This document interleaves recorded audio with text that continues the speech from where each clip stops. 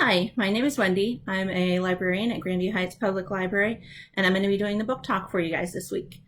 Um, I have a stack of books here, and I'm just going to jump right in and talk about them.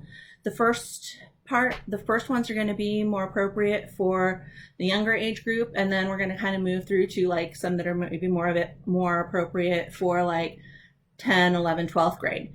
We post these videos every Thursday, so hopefully you'll like this video and come back next week to watch the next one. So, the first book that I'm going to talk about is brand new. I actually got an advanced reader's copy of the ebook, but we don't actually have the physical book in the library yet, so all I have is a picture for you. It's a new Star Wars series book called High Republic. It's by Justina Ireland. And the High Republic is it's a time period before what we're used to seeing in the movies or like in The Mandalorian. And in this case, the main character, her name is Vernestra, but a lot of her friends and stuff call her Vern for short. And the carrier, the ship that she was on, has been destroyed in an explosion by sabotage. But she and a few other kids have managed to escape. Keep in mind, Vern, she's just 16 herself. She just became a Jedi Knight. And now she has to, like, basically find a way to rescue these other kids. One of the kids is a Padawan whose master just died on the ship. So he's feeling a lot of anger, maybe starting to flirt with the dark side. There's the son of an ambassador who... from a planet where they don't really like interacting with other people. And here he is in a situation where he has to work with others. And then there's also a daughter of an ambassador who is this tech genius. And also the droid that is responsible for taking care of her, who she is reprogrammed so that the droid is like gaining her own sense of self. So with all of these, trying to organize all these people, save them, they also have to deal with the saboteurs who destroyed the ship and also still want to kill all of the kids as well. So I'm a big fan of a lot of the Star Wars books. I've watched the movies and the TV shows my entire life. So again, this is Star Wars, The High Republic, Test of Courage. Even though we don't have the copy yet, it is on order and you can go ahead and place a hold on it. So there you go, first book. Second book that I'm going to talk about is Brown Girl Dreaming by Jacqueline Woodson. Jacqueline Woodson is actually an Ohio author. She was born here in Columbus. She grew up in the South and then also in New York City. And in this novel, it was a Newbery Award winner. And if you look inside, you can see it's actually written in verse. Now, I'm going to be honest, I am not a fan of poetry, but this was really an amazing book. You learn so much. This is the time when she's growing up is during the civil rights movement. She talks about things that she experiences firsthand, and this is such a good parallel to things that we've experienced this past year. So one of the lines that she says, and I have to read it here off the back, she talks about signs that are painted over where it's previously said white only, and you can still see that it's like a ghost that's coming through the paint and how affecting that is for her. So again, Jacqueline Woodson, Brown Girl Dreaming, it's written in verse, really an amazing book. And like I said, that's coming from someone who does not like poetry. The next book that I'm going to talk about, it looks a little old and battered here, and I'm sure you've all heard of or seen the movie 101 Dalmatians from Disney. The book is basically the same, but there's so much more to it than what you see in the Disney movie. I really love the charm of this. It was written in the 1950s, so it sounds kind of old-fashioned in some places, but there's so much more humor in it than you get from the movie. And I also I really like the fact that the dogs believe that the way that when the dogs are talking, the way they talk, it's that the Dearleys are their pets, not the other way around, which, who knows, maybe they're right. So again, The 101 Dalmatians by Dodie Smith. Also, another thing that I wanted to point out is that there's a new movie coming out in a couple months that is Cruella de Vil's backstory. And so this might be a nice little thing. You get to learn a little bit more about Cruella de Vil before you go see the movie. So again, The 101 Dalmatians.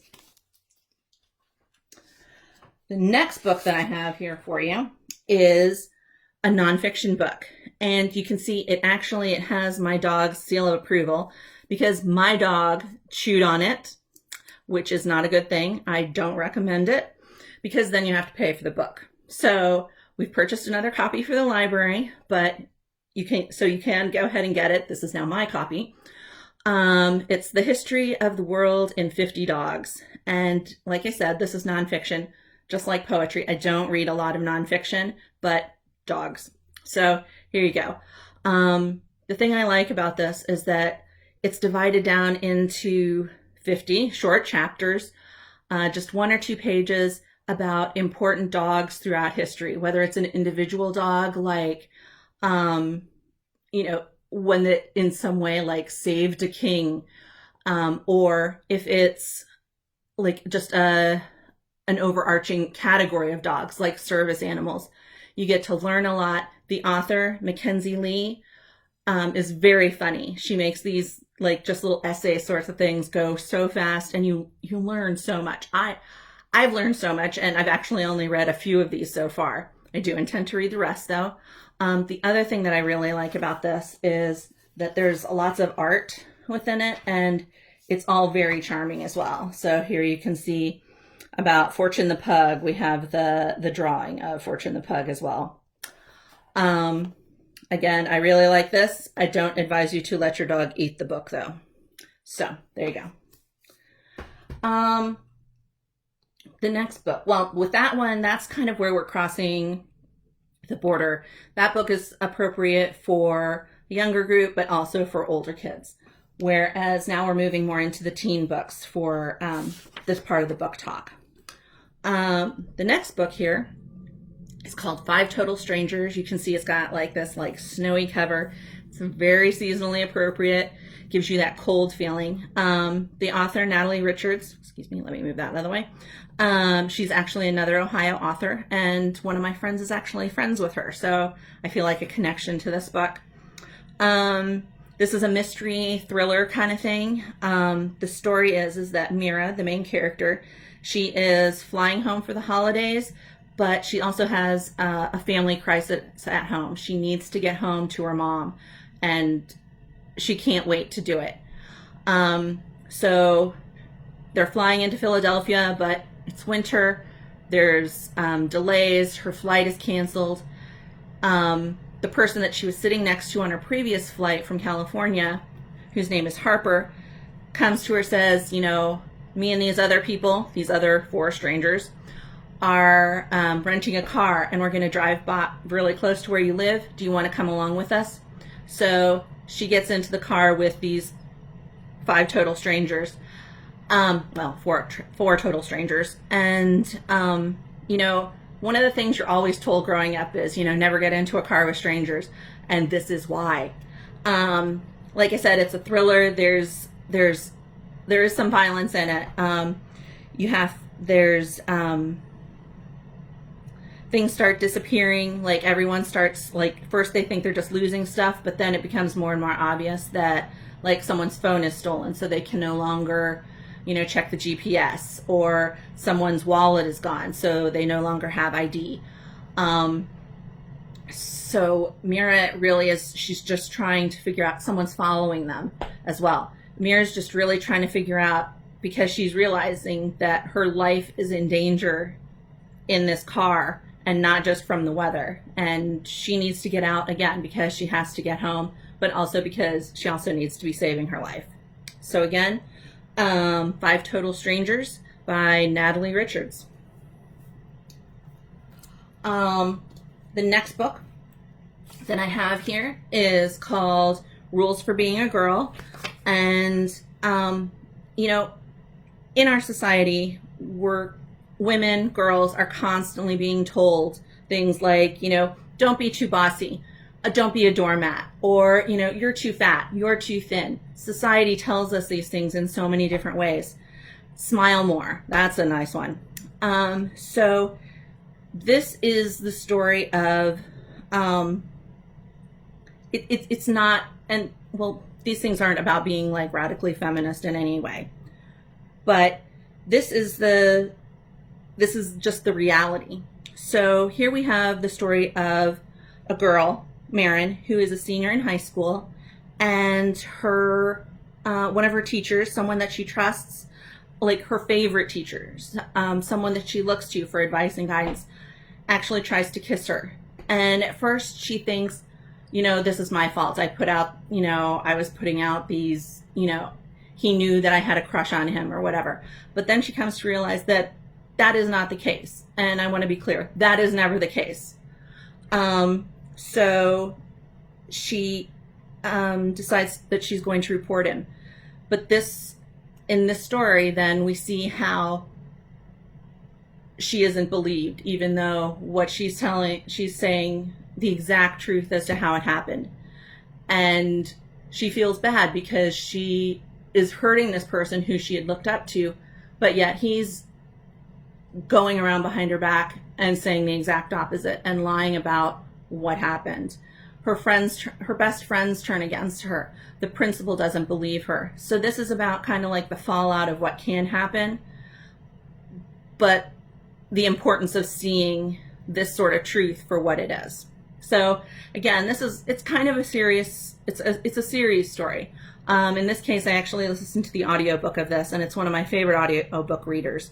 So I highly recommend that as well. But again, Rules for Being a Girl by Candace Bushnell and Katie Contugno. Sorry, I think I might have butchered that last name there. Sorry. Okay. So I've got 2 more books here. I'm going to go through these really fast. The first one is Black Canary, Breaking Silence. This is part of the DC Icons series. I actually, a couple months ago, I think I talked another one of these for you guys. Or actually, it might have been Lloyd who did Wonder Woman or something. So in any case, Black Canary, it's part of the DC comic universe. In this book, it takes place in kind of a near future sort of time, a dystopian world, kind of like along the lines of Hunger Games, where things are not as they should be.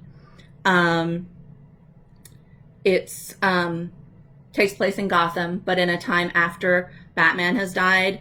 All the other superheroes of the time were imprisoned by the Court of Owls. The Penguin's nephew is now the mayor, and the Court of Owls and Mayor Cobblepot rule by controlling all the women in their society. So this kind of in some ways goes along with kind of the theme of the last book that I talked about as well. The women and girls, they can't go to college. They can't, they can only wear what, they have to wear a certain uniform. They actually literally have no voice. They cannot sing. So Black Canary turns out to be Dinah Lance. Her mother was the original Black Canary, and for her entire life she's been fighting against these rules that have been placed on her and all of her friends in high school as well. She's been training, and eventually she learns that she can actually sing despite the laws against it and whatever the chemical serum was that was administered to all the women in society that physically made them unable to sing, but she can sing. And then Oliver Queen comes to town, and some of you may know from watching the TV shows or whatever that Oliver Queen is actually the Green Arrow. So, but Dinah's not sure if he is actually on her side or if he's actually working with the Cobblepots and that Court of Owls. So it's a kind of a thrillery mystery sort of thing. trying to get justice, fight for, what's right in society, and the rights of every human being. So again, Black Canary, Breaking Silence by Alexandra Monier. Oh, one other thing that I wanted to mention about this is the author Alexandra Monier is Iranian American. The last book I'm only going to kind of half talk about. It is Runaways. It's also based on in this case on the Marvel series. I haven't finished this yet because as I started reading it, I realized that I hadn't watched the 3rd season of the show, and there's important things that happen, and I didn't want to spoil too much of it for me. However, I have listened to some of this, and I love Christopher Golden. He is a great writer. So I recommend this, at least for the portion that I've read so far. And as far as the audio, if you want to do the audio book, it's actually read by one of the people who stars in the show. So, Runaways by Christopher Golden. So, that's all I wanted to tell you about today. Like I said, there'll be another video posting next Thursday. So, hope to see you again soon. Bye.